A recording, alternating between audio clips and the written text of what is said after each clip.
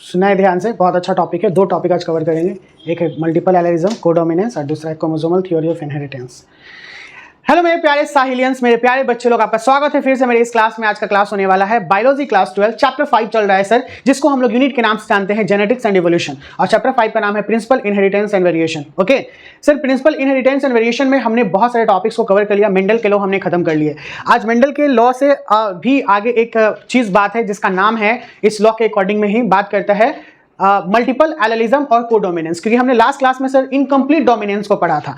Incomplete dominance में हमने देखा था कि रेड और व्हाइट फ्लावर जब प्रोड्यूस करता है अपने F1 जनरेशन को, तो वो पिंक फ्लावर होता है। और सर जब ये पिंक फ्लावर हो गया तो वो डोमिनेंस ही तो आया ही नहीं किसी का, नहीं ये डोमिनेंट बना नहीं रिसेसिव बना, इसीलिए इसको इनकम्प्लीट डोमिनेंस कहें हम लोग कि वो रिजल्ट एकदम अलग आया। सर इसी F1 जनरेशन को जब हम F2 जनरेशन में लाते हैं सेल्फिंग करके, तो F2 जनरेशन का रिजल्ट बहुत अजीबोगरीब था। सर इसका रेशियो जीनोटिपिक और फिनोटिपिक रेशियो दोनों सेम था, 1:2:1, यानी एक रेड था, दो पिंक बना और एक व्हाइट बना। ठीक है ना, तो ये याद रखना है। सर मोनोहाइब्रिड क्रॉस का भी मुझे याद है, जीनोटिपिक रेशियो और फिनोटिपिक रेशियो क्या है। तो sir phenotypic ratio monohybrid cross का होता है 3:1 और जीनोटिपिक रेशियो जो होता है वो 1:2:1 होता है। सर डाइहाइब्रिड क्रॉस का भी मुझे याद है, क्या याद है, तो क्या होता है फिनोटिपिक रेशियो, फिनोटिपिक रेशियो याद है 9:3:3:1।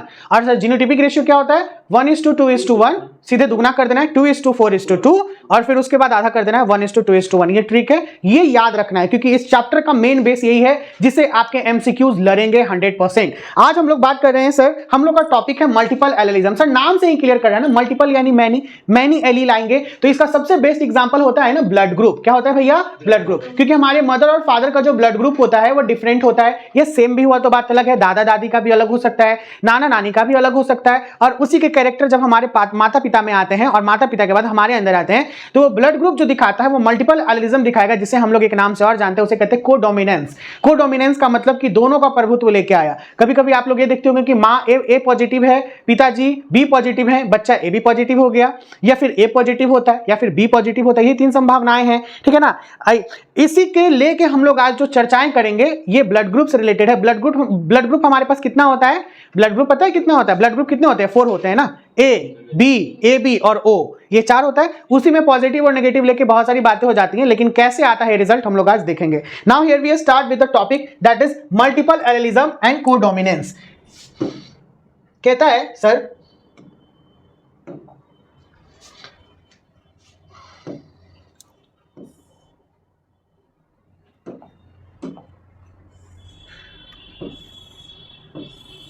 क्या हो गया इसको, मल्टीपल एलेलिज्म और कोडोमिनेंस। कहता है सर मल्टीपल का मतलब मैनी एलील आएंगे साथ में, जिसको हम लोग कोडोमिनेंस भी कहते हैं। देखिए क्या लिख रहा है, when a gene exist more than 2 allylic form. जब कोई एक जीन 2 एलिलिक फॉर्म से ज्यादा या 1 से ज्यादा फॉर्म में आ जाता है, तो ये शो करता है एक फिनोमिनन को, जिसे हम लोग कहते हैं मल्टीपल एलेलिज्म। यानी इस घटना को हम लोग क्या कहते हैं, मल्टीपल एलेलिज्म। एग्जांपल के तौर पे लें, a well known example is the inheritance of ABO blood group. ठीक है ना, ये मेन एग्जांपल है ABO ब्लड ग्रुप। यहाँ पे A ब्लड ग्रुप, B और O, अगर ये इनहेरिटेंस होता है, इनहेरिटेंस का मतलब क्या होता है, ये एक ही बात है सर, पेरेंट से कहां जाएगा, ऑफस्प्रिंग में जाएगा। ठीक है ना, फोन ले लिया होता, जाओ तो देखो तो कौन है, ये क्या है, पेरेंट से ऑफस्प्रिंग में जाएगा। ये कहता है इसमें कि the gene of blood group occurs in 3 allylic form. ये जो जीन होता है, जीन ये 3 एलिलिक फॉर्म में पाया जाता है। एक है IA, दूसरा है IB और तीसरा है केवल I।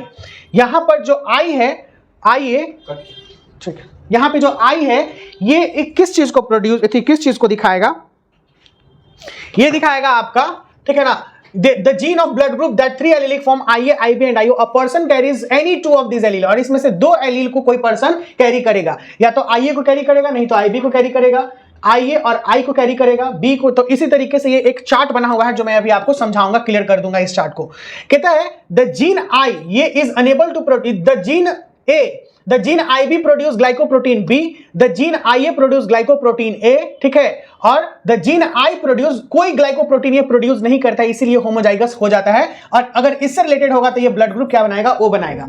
हम कह रहे हैं ये IA, I रिप्रेजेंट ग्लाइकोप्रोटीन, ठीक है, हाँ, और ये ग्लाइकोप्रोटीन ए हो गया, यही आई भी क्या हो जाएगा, ग्लाइकोप्रोटीन बी, और आई आई केवल जो हो जाएगा, दोनों में से कोई नहीं रहेगा, कोई ग्लाइकोप्रोटीन को रिप्रेजेंट नहीं करेगा, और ये ब्लड ग्रुप क्या बनेगा, ओ बनेगा। क्या बनेगा, ओ।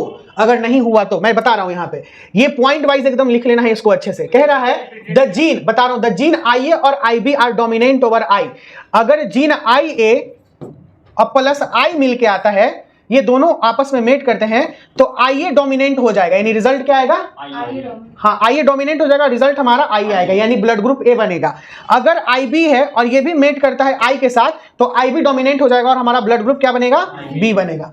समझ में आया, यही बात कहा है। कह रहा है कि I and I B are dominant over I when I A और I B are present together. जब आई ए और आई बी साथ में दोनों होगा तो ये इक्वली डोमिनेंट होगा, और ग्लाइकोप्रोटीन ए और बी दोनों साथ मिलकर वो ब्लड ग्रुप जो बनाएगा वो क्या बनाएगा, ए बी बनाएगा। ये ब्लड ग्रुप क्या बना दिया, ए बी। और इसीलिए इस बात को एक जबरदस्त बात से इंडिकेट करते हैं, जिसको कहें कोडोमिनेंट। क्या कहें, कोडोमिनेंट, और कोडोमिनेंसी यहां पे दिखाया। बात क्लियर हो गया, बहुत इजी और आसान शब्दों में ये कहानी खत्म। समझ में आ गया। अब यहां पे हमें रिजल्ट दिखाना है। ए ब्लड ग्रुप कैसे, क्या संभावना है, किन किन से मिलके बनेगा, या तो आई ए मिलके बनेगा ए ब्लड ग्रुप, और या तो आई ए और आईओ मिलके बनेगा, यही ब्लड ग्रुप ए बनाएगा। अगर हम बी के बारे में बात करें तो या तो आई बी बनाएगा, और नहीं तो आई बी और आईओ बनाएगा, क्योंकि आईओ क्या हो गया है, आईओ एक्सप्रेस करता ही नहीं है, तो एक्सप्रेस नहीं करेगा तो ये डोमिनेंट हो गया ना, तो डोमिनेंट हो गया तो आईबी बन जाएगा। अगला है ए बी, तो डेफिनेटली आई और आई बी सर दोनों साथ में रहेगा, तभी ये कोडोमिनेंसी को दिखाएगा। और ब्लड ग्रुप ओ तभी बनेगा जब ये कुछ नहीं रहेगा, आईओ रहेगा, कोई ग्लाइकोप्रोटीन नहीं। इसलिए यहां पे दो बात क्लियर होती है कि ए बी जो हो जाता है वो यूनिवर्सल रेसिपिएंट होता है, और ओ जो ब्लड ग्रुप होता है वो यूनिवर्सल डोनर होता है। समझ में आया। तो हाँ, आप लोग को एक लिखना है, एक क्वेश्चन लिखे यहां से, क्वेश्चन घर से बना के लाना है कि why the blood group A B and O, मैं लिखवा दूं क्या, क्वेश्चन है the blood group A B and O is known as what, किस नाम से हम लोग जानते हैं, एंड वाई दिस, क्यों। ठीक है, दो क्वेश्चन है। The blood group A B and O known as what and Y.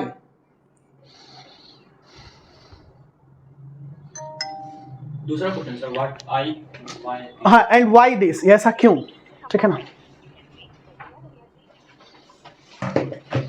तो देखिए इसका आंसर थोड़ा सा इसे लहजों में देना है कि ए बी को हम इस नाम से जानते हैं और ओ को इस नाम से जानते हैं। बाकी लिखना है आपको, ए बी को इसलिए यूनिवर्सल बोला जाता है, रेसिपिएंट या फिर डोनर, क्योंकि इसमें ग्लाइकोप्रोटीन ये नहीं होता है, चाहे ये होता है। इसी प्रकार से इसका आंसर आएगा। ओके, ये रिलेटेड है, जनरली फैक्चुअल बातें रिलेटेड है, इसमें ये क्लियर कर लेना है। यहां तक में कोई दिक्कत। हाँ, हाँ, वो रेयर होता है, बिल्कुल नहीं।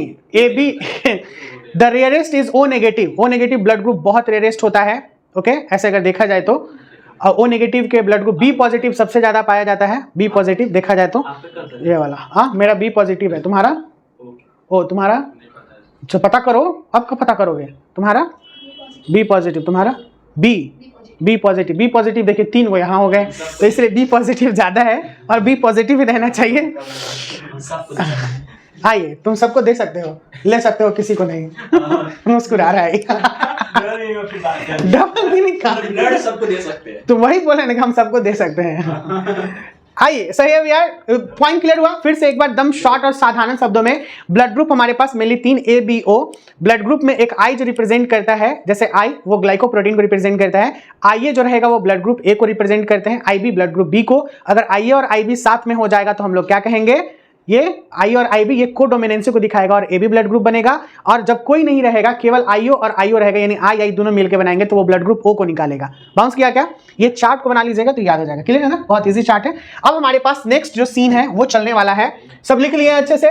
ये अगला चला chromosomal theory of inheritance, very VVI theory, Sutton and Boveri के द्वारा दिया गया और कई बार ये क्वेश्चन किया गया है। क्रोमोसोमल थ्योरी ऑफ इनहेरिटेंस किसने दिया, सटन एंड बोवेरी ने दिया। किसने दिया, सटन एंड बोवेरी। तो यहाँ पे देखिए क्रोमोसोमल थ्योरी ऑफ इनहेरिटेंस हम लोग आगे लेके चल रहे हैं। Now the new topic is chromosomal theory of inheritance. यहाँ पर ये बात क्लियर होगा कि हम लोग जानते हैं कि कोई भी ऑर्गेनिज्म होता है दुनिया में, दुनिया का कोई भी ऑर्गेनिज्म, उसके पास एक स्पेशल कैरेक्टर, एक स्पेशल जीन होता है, एक स्पेशल कैरेक्टर होता है जिसे हम लोग कहते हैं क्रोमोसोम। क्या कहते हैं? क्रोमोसोम। हर एक दुनिया के ऑर्गेनिज्म में ये क्रोमोसोम्स पाए जाते हैं। उसी तरीके से क्रोमोसोम बहुत अलग अलग, जैसे वीट के, चलिए 5 का क्रोमोसोम आप लोग लिख के लाइएगा। एक वीट कर दीजिएगा, ड्रोसोफिला कर दीजिएगा, ठीक है ना, फिला। फिर उसके बाद मेज कर दीजिए। ह्यूमन के बारे में तो आप जानते ही हैं। एलिफेंट कर दीजिए, ऑनियन कर दीजिए, ठीक है ना। इन 5 का आपको क्रोमोसोम लिख के आ रहे हैं कि कितना क्रोमोसोम है, ये होमवर्क है आपका। फिर से एक क्रोमोसोम हम बात करें यहाँ ह्यूमन बीइंग का। ह्यूमन बीइंग में कितना chromosome? We know that 23 pair of chromosome. कितना chromosome? 23 pair of chromosome in human being. हाँ सर बोलिए। हाँ सर क्लास ही ले रहे हैं। तो हम लोग यहाँ पे देख रहे थे कि ऑर्गेनिज्म, हर एक ऑर्गेनिज्म में एक कैरेक्टर पाया जाता है। इस कैरेक्टर का नाम है chromosome, that is behaves like a gene, जो जीन के जैसा भी, क्योंकि हर एक क्रोमोसोम में क्या पाया जाता है? डीएनए, और इसी डीएनए को हम लोग क्या कहते हैं? जीन कहते हैं, ठीक है ना। यही जीन क्या होता है, और ये जो क्रोमोसोम होगा, ये क्रोमोसोम, यही क्रोमोसोम क्या होता है? शेयर होता है एक दूसरे से। हम लोग जानते हैं कि 23 पेयर ऑफ, डायरेक्ट यहाँ चलाना मेरे कोचिंग में, वहां नहीं जाना, ठीक है ना, क्लास ऑफ, ठीक। 23 पेयर ऑफ क्रोमोसोम हो जाएगा, 46 ही नंबर में है। तो हम लोग जानते हैं कि 46 में 1 पेयर जो होता है वो सेक्स क्रोमोसोम होता है, जो कि सेक्स क्रोमोसोम क्या करता है? पार्टिसिपेट करता है सेक्सुअल रिलेशनशिप के दौरान, यानी सेक्सुअल इंटरकोर्स के दौरान। हम लोग जानते हैं कि मेल के पास जो होता है XY होता है और फीमेल के पास XX। तो ये एक क्रोमोसोम इससे आएगा, या तो X आएगा, नहीं तो Y आएगा, और एक क्रोमोसोम इससे आएगा, ये X आएगा। तो ये दोनों का कैरेक्टर लेके आया है ना, दोनों का जीन लेके आया है। यही जीन के बारे में यहाँ पे बात कर रहे हैं, और यही जब आता है तो ये ऑफ स्प्रिंग में आता है। किस में आता है? ऑफ स्प्रिंग में। तो जब ये ऑफ स्प्रिंग में आया तो इसी को हम लोग कहते हैं इनहेरिटेंस हुआ। क्या हुआ? इनहेरिटेंस, यानी पेरेंट्स ऑफ स्प्रिंग में कैरेक्टर आएगा तो उसे हम लोग क्या कहेंगे? इनहेरिटेंस। ओके, अब यहां पे कहते हैं chromosome theory of inheritance was proposed by Sutton and Boveri. This is the MVVI question for your board examination. Question कर सकता है। क्रोमोसोमल थ्योरी ऑफ इनहेरिटेंस को देने वाले कौन है? सटन एंड बोवेरी हैं। और कब दिए थे? 1902 में। इंडिपेंडेंटली का मतलब होता है दोनों स्वतंत्र रूप से, ठीक है ना। इंडिपेंडेंटली का मतलब दोनों स्वतंत्र रूप से अलग अलग तरीके से अपने क्रोमोसोमल थ्योरी ऑफ इनहेरिटेंस को दिया। ये दोनों वर्कर का जो काम था वो similarly between the transmission of hereditary character behaviour of chromosome while passing from one generation to the next through the agency of gamete. यानी इन्होंने दोनों वर्कर का काम लगभग ये सिमिलरली पता चला, ये दोनों का केस सिमिलर है, ठीक है ना। दोनों जब काम कर रहे थे तो, और इन्होंने दोनों ने एक ही बात कहा कि ये जब क्रोमोसोम जो ट्रांसफर होगा वो ट्रांसफर होगा पेरेंट्स ऑफ स्प्रिंग में, दैट इज वन जनरेशन से, ये क्या है? फर्स्ट जनरेशन से इसके नेक्स्ट जनरेशन में, है ना। देख रहे हो ना यहां पे, ये तो फर्स्ट जनरेशन, मान के चलो हमारे माता पिता क्या हो जाएंगे? फर्स्ट जनरेशन, और हम लोग उनका ऑफस्प्रिंग हो जाएंगे नेक्स्ट जनरेशन। इसी तरीके से तो फर्स्ट जनरेशन से, यानी जो पहला जनरेशन, उससे हेरिडिटी होकर कैरेक्टर जो है वो नेक्स्ट जनरेशन में आएगा, एजेंसी ऑफ गैमेट। तो इसमें गैमेट कौन है? यही गैमेट है जो मैंने लिखा, chromosomes is behaves like a gamete. Clear हो गया ये बात? चलिए आगे आते हैं। मैं मिटाऊं, इरेज करूं ना? ठीक। अब यहां पे कहता है बोथ क्रोमोसोम, इसके इनके कुछ कैरेक्टरिस्टिक में इन्होंने क्या क्या बातें कही कि बोथ क्रोमोसोम, जो दोनों क्रोमोसोम है, as well as gene occurs in pairs and somatic और डिप्लॉइड सेल। ये बोथ क्रोमोसोम जो होंगे, अब देखिए क्रोमोसोम मैंने अभी क्या कहा? क्रोमोसोम दो प्रकार के, क्रोमोसोम्स दो प्रकार के, एक होता है सोमेटिक, दूसरा होता है गैमेटिक। सोमेटिक जो होगा वो बॉडी का फॉर्मेशन करता है, निर्माण। गैमेटिक जो होगा इसे हम लोग सेक्स सेल कहते हैं, जो सेक्स में पार्टिसिपेट करता है, ठीक है। जैसे बाकी जो 23 पेयर हमारा क्रोमोसोम था, तो 23 पेयर क्रोमोसोम में 46 क्रोमोसोम, जिसमें 44 को सोमेटिक, यानी बॉडी के बहुत सारे पार्ट्स, बाल, नाखून, हर एक में अलग अलग होता है ना, हर एक सेल्स अलग होते हैं। और वो हर एक सेल का काम क्या होता है? हर एक सेल का काम होता है, उसमें एक न्यूक्लियस पाया जाएगा, और जिसमें क्या होगा? हर एक सेल में न्यूक्लियस होता है ना, यही चीज। हेलो, अब ध्यान देते हैं। अब यहां पे ध्यान दे रहे हैं कि बोथ क्रोमोसोम, तो क्रोमोसोम कितने प्रकार के? दो, एक सोमेटिक और दूसरा गैमेटिक। सोमेटिक क्या करता है? बॉडी का फॉर्मेशन। गैमेटिक सेक्स सेल्स जो पार्टिसिपेट करेगा ड्यूरिंग सेक्सुअल इंटरकोर्स के दौरान, और वही फिर ऑफस्प्रिंग में जाता है। अब यहां पर ये जो सोमेटिक और डिप्लॉइड सेल जिसको बोला गया, और सोमेटिक और diploid cell, a gamete contain only one chromosome और a type of only one type of two alleles of a character. एक गैमेट जो होता है वो वन क्रोमोसोम एक प्रकार का ही रखेगा, and only one of the two alleles, जैसे टू एलील्स या टू कैरेक्टर्स में एक रखेगा। जैसे मैंने कहा कि एक्स और वाई ये है, तो ये तो आइदर एक्स रखेगा, नहीं तो वाई रखेगा, दोनों में से। तो ये क्या रखेगा? एक एलील को, एक कैरेक्टर को रखा। ये कह रहे हैं, यानी इनकी बातें थी सटन एंड बोवेरी जो उन्होंने अपने थ्योरी में दिया। ये पहली बात, ये दूसरी बात। तीसरी बात है कि pair condition of both chromosome as well as Mendelian factor is restored during fertilisation. यहां पे बात करें कि जो पेयर कंडीशन है, यानी उन्होंने, मेंडल ने कहा था कि क्रोमोसोम हमेशा पेयर में रहेगा, तो बिल्कुल केवल एक ही समय के दौरान, ठीक है ना, सेक्स सेल एक समय के दौरान सेक्सुअल इंटरकोर्स के दौरान ये हैप्लॉइड बन के जाता है, यानी ये n इंटू एन, ये मेल का और प्लस ये फीमेल का, ये n आपस में दोनों मिलकर फाइनली क्या बना दिया 2n, जो फिर डिप्लॉइड कंडीशन में आ गया, यानी फिर से ये पेयर में आ गया ना। तो यही ये रीस्टोर्ड हो गया, क्या हो गया रीस्टोर्ड, यानी क्रोमोसोम लास्टली फाइनली रीस्टोर्ड हो गया। बाउंस किया क्या, क्लियर हो गया अच्छे से। चलिए अब अगला इसमें टॉपिक है parallelism behaviour of between chromosome and Mendelian factor. ले लिया जाए या छोड़ दिया जाए, बाउंस करेगा, क्या किया जाए, छोड़ दिया जाए। समझ में सब आया, दो तुमको छोड़ दें, चलिए रहने देते हैं क्योंकि अच्छा टॉपिक था, लिखने में भी और समझने में भी थोड़ा समय लगेगा। हमने आज 2 टॉपिक कवर किया, फिर से एक बार फ्लैशबैक में आते हैं और रिवीजन करा देते हैं। हमने मल्टीपल एलेलिज्म और कोडोमिनेंस देखा। मल्टीपल एलेलिज्म क्या कहता है, ये ब्लड ग्रुप को शो करता है। सर सबसे अच्छा एग्जांपल ये है ब्लड ग्रुप। सर कोडोमिनेंस में एक ऐसा ब्लड ग्रुप है जो दिखाएगा कोडोमिनेंसी को, वो होता है IA और plus IB। IA into IB जब आपस में आएगा साथ में, तो वो साथ में दोनों कैरेक्टर लेके चले आएंगे, यानी ब्लड ग्रुप जो निकलेगा वो AB, and this is the example of codominancy. और यहाँ पे हर एक एलील जो होता है वो मल्टीपल फॉर्म में आता है, तो यहाँ पे मैंने दिखाया मल्टीपल एलेलिज्म को। जबकि क्रोमोसोमल थ्योरी ऑफ इनहेरिटेंस जो है वो प्रपोज किए थे सटन एंड बोवेरी ने इंडिपेंडेंटली, और उन्होंने कुछ ऐसे नियम कानून अपने थ्योरी के अकॉर्डिंग बताए हैं। बाउंस किया नहीं ना, चलिए इसको लिख लीजिएगा, अच्छे से प्रिपेयर कर लीजिएगा, बाकी इसके अगले क्लास में और बातें करते हैं। Bye bye, take care, see you soon, bye bye, take care, बहुत जल्द मिलते हैं स्टूडेंट, सी यू सून।